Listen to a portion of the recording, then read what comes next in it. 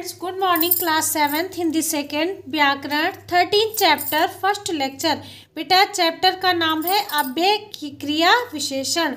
तो अव्यय क्रिया विशेषण क्या होते हैं? वाक्य में जो शब्द क्रिया की विशेषता बताते हैं उन्हें हम क्रिया विशेषण कहते हैं। इसमें अव्यय के बारे में भी बताया है। चलिए चैप्टर शुरू करते हैं। जैसे मोहन धीरे धीरे लिखता है, तो बेटा धीरे धीरे क्या है? ये विशेषण है। और लिखना क्या है? ये क्रिया है।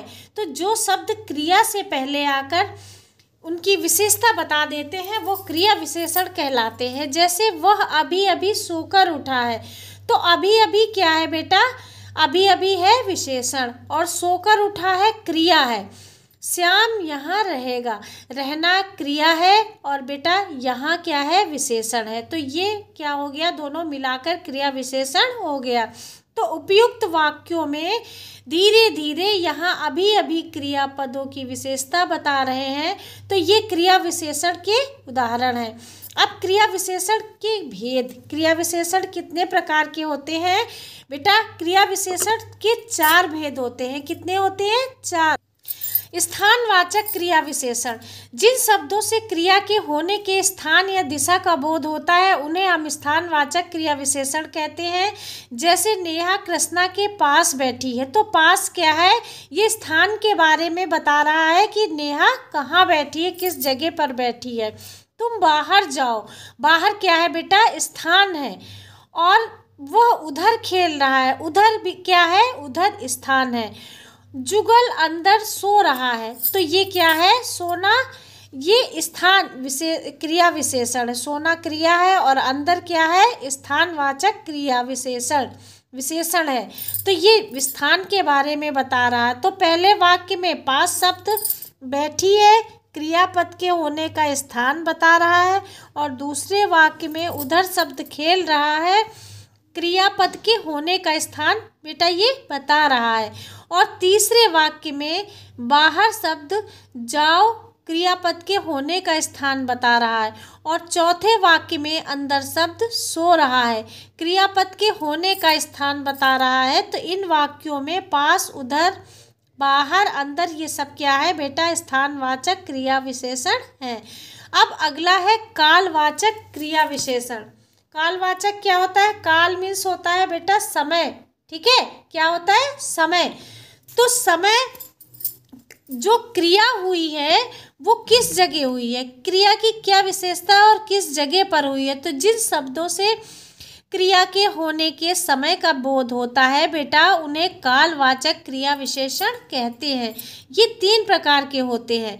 जैसे ऋषि दिल्ली परसों जाएगा, तो परसों क्या है? ये समय बता रहा है कि कब जाएगा? परसों जाएगा। हम अभी आए हैं, अभी क्या है? ये काल के बारे में बता रहा है, समय। काल मीन्स होता है समय। तो वो जो दिन भर पढ़ता है, दिन भर क्या है बेटा? काल मतलब समय, यानी कि समय के बारे में बता रहा है। तो पहले वाक्य में परसों शब्द जाएगा क्रिया के होने का समय बता रहा है, और दूसरे वाक्य में अभी शब्द आए हैं क्रिया के होने का समय बता रहा है, और तीसरे वाक्य में जो ये दिन भर है ये क्या है? कालवाचक क्रिया विशेषण है। ठीक है, काल मीन्स होता है समय। तो आप इतना याद रखिए कि स्थानवाचक जगह के बारे में बताता है, कालवाचक समय के बारे में बताता है, और रीतिवाचक क्रिया विशेषण बेटा जो होता है जिन शब्दों में क्रिया के होने के ढंग का ज्ञात होता है, तरीका यानी कि तरीका, उसे रीतिवाचक क्रिया विशेषण कहते हैं। क्रिया के होने का ढंग यानी कि तरीका, किस प्रकार क्रिया हो रही है। जैसे कछुआ धीरे धीरे चलता, बेटा धीरे धीरे क्या है?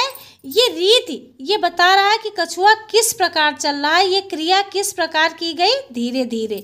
अब जैसे बोली, निशा मुस्कुराकर बोली, तो बोलना क्या हो गया बेटा? क्रिया हो गया, और मुस्कुराकर क्या हो गया?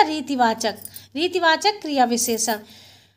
हम तुम्हारी बात ध्यान से सुन रहे हैं, तो सुनना हो गया क्रिया, और ध्यान से क्या हो गया? विशेषण। कौन सा विशेषण? रीतिवाचक। क्रिया करने का तरीका बता रहा है कि क्रिया किस तरह से की गई। ठीक है, अब परिमाणवाचक देखिए। परिमाणवाचक क्रिया विशेषण बेटा होता है जिन शब्दों में क्रिया की मात्रा अथवा परिमाण का बोध। परिमाण मीन्स होता है बेटा यानी कि नापतोल, तो उसको क्या कहते हैं, परिमाणवाचक क्रिया विशेषण कहते हैं। जैसे वह बालक कम खाता है, तो कम क्या है, परिमाण, नापतोल। अब जैसे इसमें पर्याप्त क्या है, ये नापतोल, इसमें थोड़ा क्या है, ये परिमाण है। तो पहले वाक्य में कम शब्द खाता है, क्रिया का क्या है बेटा, परिमाण बता रहा है, नापतोल बता रहा है। और दूसरे वाक्य में पर्याप्त शब्द कमाते हो, क्रिया का परिमाण बताता है।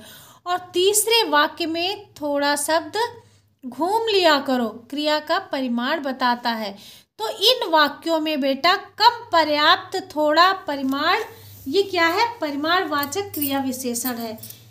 तो क्रिया विशेषण के बारे में जानने योग्य बातें क्या है कि क्रिया विशेषण शब्द बेटा अभिकारी होते हैं, पर कभी कभी कुछ क्रिया विशेषण शब्दों में परिवर्तन भी आ जाता है। जैसे वह कमीज अच्छी धुली है, ठीक है, खुशी अच्छा गाती है। अनेक शब्द ऐसे हैं जो विशेषण और क्रिया विशेषण दोनों ही रूपों में किए जा सकते हैं। अब आपका ये लेक्चर फिनिश हुआ बेटा, आप लोग अपना होमवर्क नोट कीजिए। होमवर्क में ये आपको बुक में ही फिल करना है। अगला लेक्चर कल पढ़िएगा। Thank you class.